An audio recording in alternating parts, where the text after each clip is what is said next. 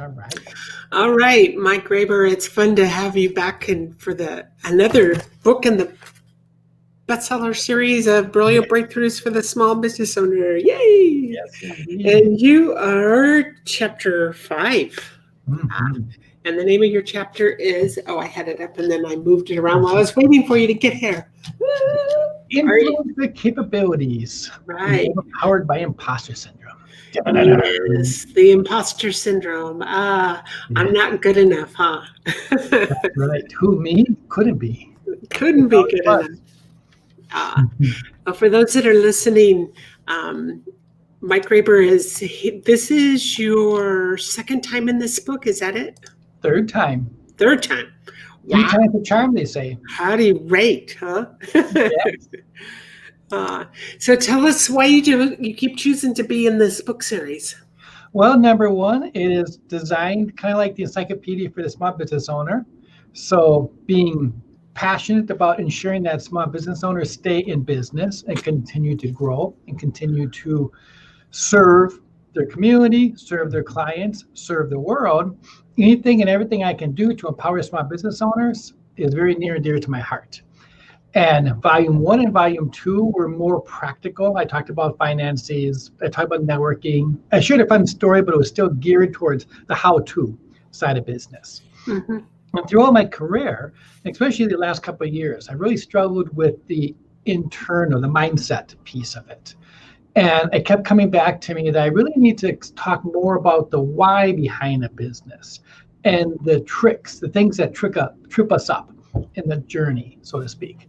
And with things going the direction that they went in February, March of this year, I felt drawn to really explore my inner self, explore what made me who I am today, what things gave me the strength to overpower a lot of the obstacles as a business owner, as a father, as a mentor, the things I needed to do to be the best me that I can be. And the imposter syndrome kept coming up. So I decided in this book, I wanted to write more of a higher level mindset piece on how to overcome imposter syndrome, why it shows its ugly head, and how to avoid that, or how to recognize it, more importantly, when it's there. So that's probably how to recognize it is the key factor. Recognizing it in the first place and then knowing what to do about it is the next place. So how do you get through the imposter syndrome, and what is the imposter syndrome for those that will be hearing this video? Well, the imposter syndrome, it's that nagging voice in the back of your head that says, no, you're not good enough. Who, you? Are you kidding? That person can do that, but not you. If you do it, you're an imposter, hence the word imposter.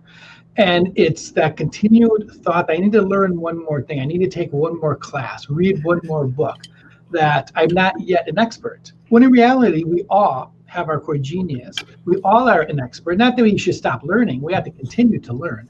The greatest influence I know are continuing to learn, continuing to evolve, continuing to work with coaches just at a higher level. So the imposter syndrome itself is when we see ourselves, we want to do something. I kind of liken it to you wake up in the morning and you have an idea and you're ready to go and conquer the world. And by the time you finish breakfast and take a shower, it's gone. Forget that one. Yeah, maybe tomorrow. But what if tomorrow doesn't come? And again, over the last 6 months and helping a lot of people that I've known work through challenges that they had, and watching a lot of people that are very successful in their own right. And they were also demonstrating imposter syndrome signs.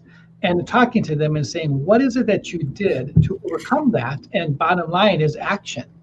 The greatest way to build strength, to build motivation, to build confidence is to act. We have to step forward and be that person that we are. It's more like the paralysis by analysis, thing that we all get.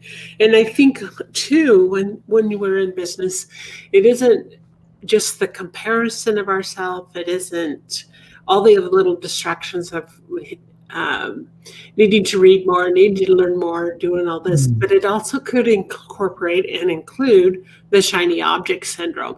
Always got to be something better to use that'll get us there, that'll, just to really pull that all together. There's a lot of factors that incorporate that imposter syndrome, because we always think, well, there's got to be something better. And we can be so trapped by that shiny objects, or need to learn more, that we don't move forward. We stay in the same place that we've always been.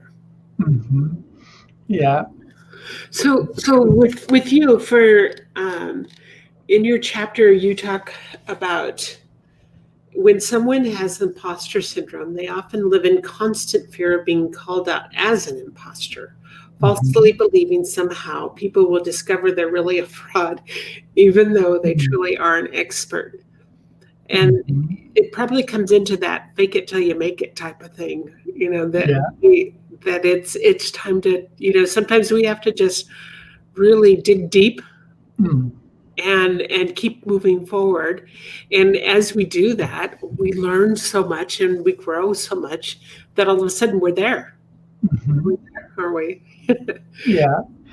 And a lot of it is just paying credit, giving our own capabilities the credit that they deserve, and stepping into that person. Like a couple of years ago, my daughter told me, Dad, I think we are all born with a superpower or a core genius. And it's our job to figure out what that is and then share it with the world.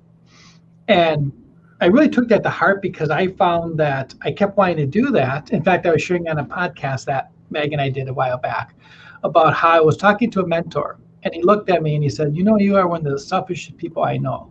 And it's like, huh? Are you kidding? What are you talking about? I'm incredibly honest. I'm always trying to help people. If anything, I help people too much, if that's possible.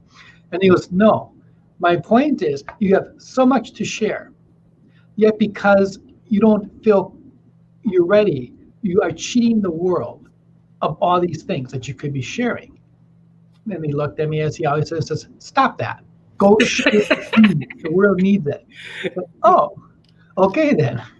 And that really pushed me, between thinking of my daughter's words and thinking about his words, that really pushed me to dive deep into my own heart and figure out what was there.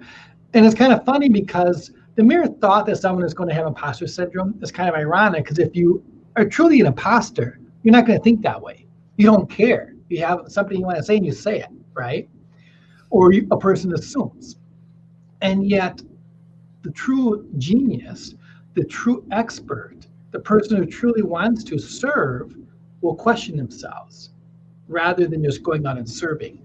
So one of the biggest reasons why I wanted to write again in this book this year, especially with the other things that's gone on this year, is to encourage people to step out, whatever that purpose is. It might be small, it might be in the middle, it might be large.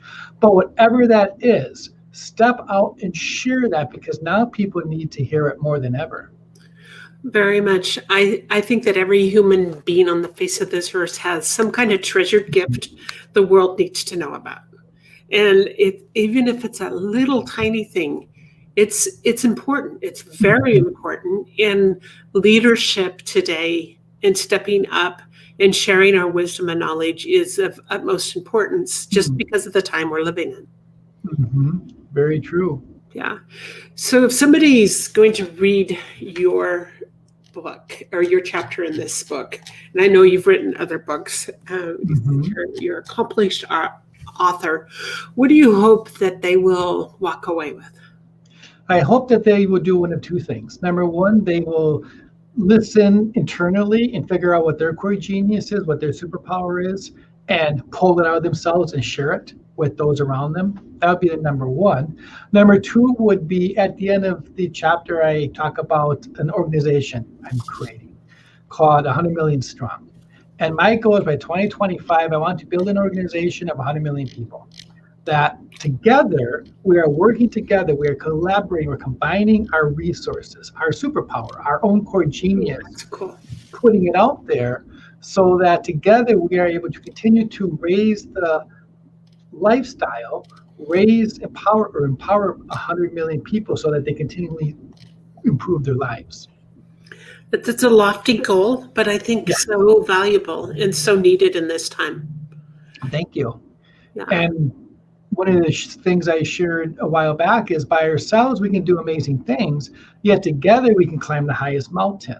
And I know that on one hand, especially for me, who I am as an individual, the idea of reaching 100 million people is like way up there. It's almost as like going to the moon or something. But I'm sure Neil Armstrong thought about that as well when they were preparing to send him to the moon. And I know other people that, in fact, I was listening to someone last week who he said point blank, completely a matter of fact, yeah, my goal is to improve 100 million people's lives weekly. Wow. I was like, oh, okay then. And yes, So that works. further down the road than I am right now, but he's doing it. So if he can do it, why can't I? And I'm going to try to do it myself because I know that, yes, I possibly maybe could, but together with all the different people who read this chapter want to link arms, people that continue to meet on a daily basis by linking arms together, we can do it. Well, that's the key. And collaboration is probably one of the strongest links that we can do, because we can't be an island unto ourselves anymore. We need that interconnection and people working together. And, when Dr. June and I were interviewing, he wrote his chapter for this book. I have several other doctors that I've published for recently, and the question always is, because they're really busy in what they're doing, is how do we get the word out? But I think a collaboration between all of them, because they're all they have their area of expertise, but they still have that mindset of bringing such amazing things to the world. And if I can connect them, and they can take the ball and run with it, their message goes way farther than it ever would any other way. Because we all have our own way of expressing what we bring to the world. And sometimes it's that compliment that comes from somebody else. I was on a podcast yesterday, and we were talking about the art of storytelling. And we were also talking about not repeating history, and how storytelling, as it's passed on, as we tell the stories to our children, as we tell stories within the writing of our books, as we tell stories in all the marketing and everything that we do, it's the connecting fiber, but it's also a unifier. And, so in bringing your wisdom to the world and in touching that many lives and that big goal to do it, and stepping up and not being afraid to draw people to us to connect and unite, is really strong. Yeah. Very cool. Well, I just think that you're pretty awesome. So I would agree with you as well. Oh, thank you. So it's really a pleasure to be able to see you again, because we got to meet in person. I think I was in book 2? Book 2. Yeah, I was in book 2, and actually went to Wisconsin and got to meet the whole team at that time. Things have changed a lot since then, but it's really great to have had this connection. And thank you for bringing your wisdom to the world, and for being a part of this awesome book series. Thank you. My pleasure. I'm sure we will continue to collaborate as we move forward, because this is probably the last book in this series that I write, but I plan on writing many more, so I'll be continuing to reach out to you for your guidance. Well, and also when you get that reaching out to that many people, that 100 billion people, I want to be part of that as well. Wonderful. I would be honored. Okay, awesome. Thank you for all your brilliance and wisdom. Thank you. You as well, Becky. All right. Thank you. Talk to you soon.